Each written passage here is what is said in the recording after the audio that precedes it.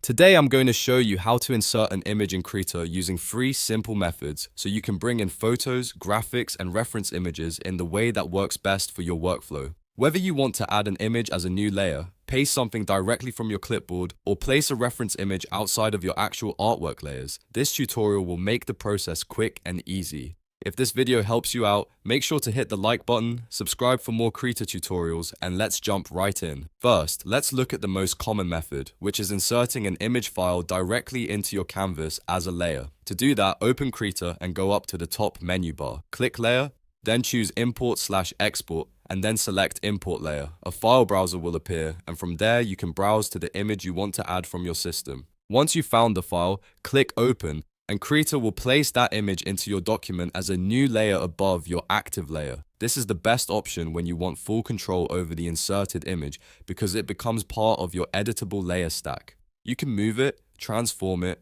resize it, or blend it into your composition just like any other layer. Now let's move on to the second method, which is copy and paste. This is a super fast way to insert something if you already have the image open in another app or copied from a browser. Start by copying the image or graphic you want, usually with Ctrl and C. Then come back to the Krita window. At the top menu, click Edit and then choose Paste, or simply use Ctrl and V on your keyboard. Krita will paste the copied content into your document, usually creating a new layer automatically. This method is especially useful for quick imports, screenshots, or pulling in graphics from the web without having to save them first. Just keep in mind that the quality depends on the source image you copied, so if you need the best resolution, importing from a file is usually the safer choice. Now for the third method, which is inserting reference images.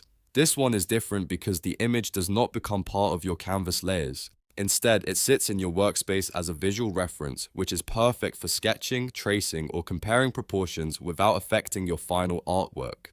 To do this, select the Reference Images tool from the toolbar. It's the tool with the pushpin icon. Once selected, open the Tool Options Docker panel. In that panel, click the button to add a reference image from File. Then choose the image you want and click Open. After that, you can left-click and drag the reference image around your workspace to reposition it, and you can scale it to fit your needs. This is a fantastic workflow if you want to keep your actual layer stack clean while still having a helpful image visible beside your drawing. So to quickly recap, if you want the image inside your artwork, use Import Layer. If you want a fast clipboard method, use Copy and Paste. And if you want a floating guide outside your canvas, use Reference Images. Each method has its own purpose, and once you know all 3, working in Krita becomes much smoother and more flexible.